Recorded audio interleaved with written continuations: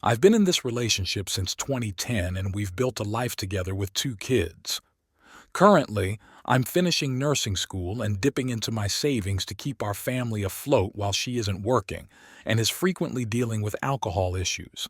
This has been an ongoing problem with her denying it at times and admitting it the next day. Last weekend, things took a disturbing turn. I woke up around 2 a.m. to find her phone buzzing.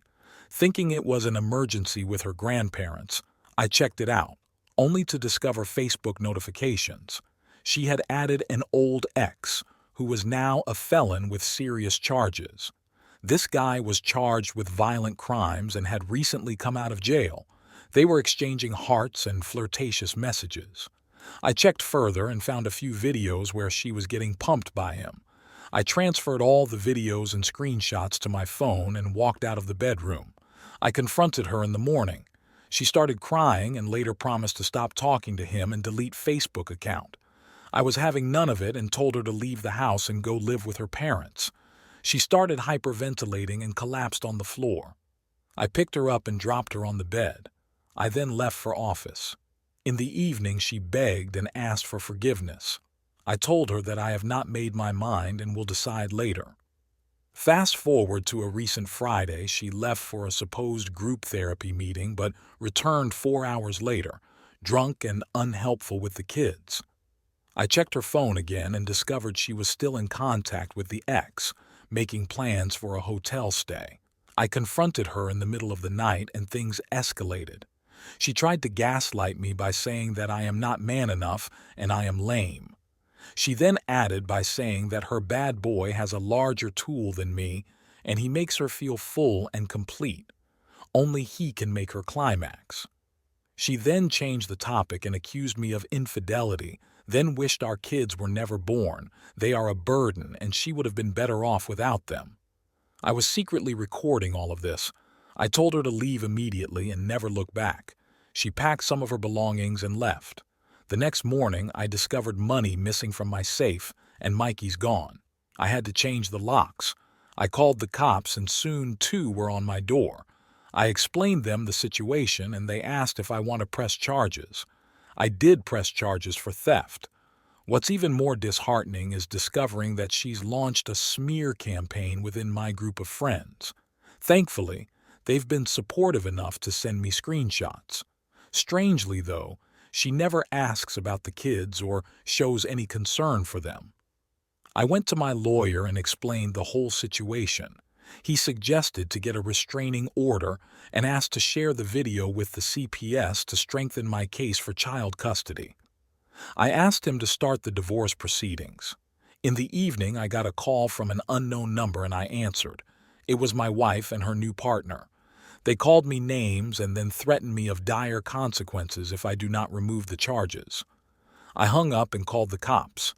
I explained them about the call and asked to ensure my safety. A friend of mine also suggested to get a firearm for safety. I got myself a pistol. 3 days later, I heard some noises outside my house. I had installed CCTV after my wife had threatened me. I saw that there were 3 people outside my house trying to break in. I called the cops and moved to my kids' room and had my gun in my hand. I was scared for my kids. Soon enough, I heard sirens and there was chaos outside my house. There were gunshots and I guess I heard someone yell, "Shots shooting." The cops rang the doorbell and asked me to come out. I then got to know that 2 people had been shot and 1 had died. My wife had received a wound on her leg, although she did not have any weapon on her. The partner was only injured, but the 3rd guy was dead. She was arrested and taken away. We had her served in the jail, and all my divorce proceedings she came in the orange jumpsuit with handcuffs. A few months later, I was a free man. Last week was tough. I hit a point where, not that I missed her, but I missed having help with the kids and housework. Juggling my regular work and school commitments at night, I found myself lost in thoughts, wondering what if. Then reality kicks in and I remind myself of what I have in life and where I'm heading. I've realized that my climb to the top of my mountain is far easier without her dead weight. I've come to terms with everything that's happened. My home is now peaceful. like a weight has been lifted off my shoulders. The kids and dogs behave better, and I'm starting to look forward to each new day. She left for a felon, and now she is one. 3 years later, she was released and she came to her house. I did not allow her to see the kids and called the cops. She was asked to leave and she left crying. I filed a restraining order against her and got it soon. She sends miss you texts and undepics daily. I'm contemplating whether I should lure her to my house to get her arrested. Strangely, she never talks about our kids. It's always about our old relationship and how she wants to fix the unfixable. Now, for the second story. In the last 7 months, I've been with a really hot girl. We had some great times, but things took a dark turn. 2 months ago, I caught her talking to her abusive ex, the one who left her with a permanent back injury. She swore she hadn't spoken to him in 4 years. When I tried to break it off, she threatened suicide, claiming she had nobody but me.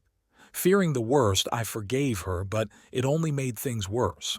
She interpreted my forgiveness as me being a doormat, affecting my self-worth. Just recently, I caught her leaving her house dressed up, getting into some guy's car.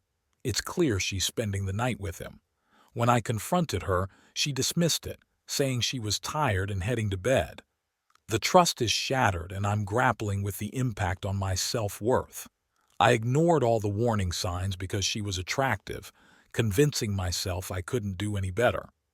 Now I find myself with low self-image, down in the dumps, and hurting from seeing her with that guy. She doesn't know it yet, as she's having a good time and not calling me, but I've taken all the necessary steps to break up using the indifference method. I blocked her from sending me texts, changed her contact name to Do Not Answer, and set a quiet ring on.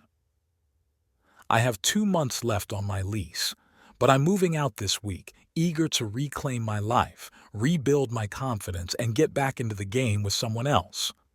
At almost 28, this was my first relationship, making it tough for me. I'm trying to chalk it up to life experience and move on. It's not going to be easy, but I'm staying positive, keeping my mind occupied. Posting this is therapeutic for me, and any advice, comments, or thoughts from fellow Redditors going through something similar would be greatly appreciated. This night was tough, but I stayed up till 4, had a few beers, and surprisingly felt good. I'm trying to shift my perspective, seeing this breakup as a weight lifted off my shoulders rather than a loss of love. The truth is, she never really cared about me, so it's not as tragic as it initially seems. But even without understanding, it's still tough for me. The missed calls are piling up, and there are 2 voicemails I haven't listened to yet. I'm debating whether to listen to them, and I have a feeling the calls will only become more frequent as the day goes on. There's this idea of sending her a sharp text like, "Take a hint, party girl," but deep down, I know she's not even worth that much of my energy. I need to stick to my guns. Today is going to be challenging, and I'll be in and out here seeking support. Please keep the responses coming. It's been incredibly helpful for me. If what I just wrote sounds like a bad idea, go ahead and give me a verbal kick in the ass. I need to stay focused on the bigger picture. Thanks, everyone. Update. She's been relentless with calls and messages. I got a few more calls and 3 voicemails expressing worry and asking me to call back. It's getting tempting to respond, but I know I need to hold my ground. I'm working tonight, in the fits of wanting to tell her off, come and go. I'll stay occupied and try to have a good time. Exhausted, heading to bed, and will update tomorrow. Last update, had a close call signing up for Craigslist. She managed to call me during the verification process. I picked up without saying anything, and sure enough, it was her. She called back, not blocking her ID, and I didn't pick up, staying strong, one step at a time.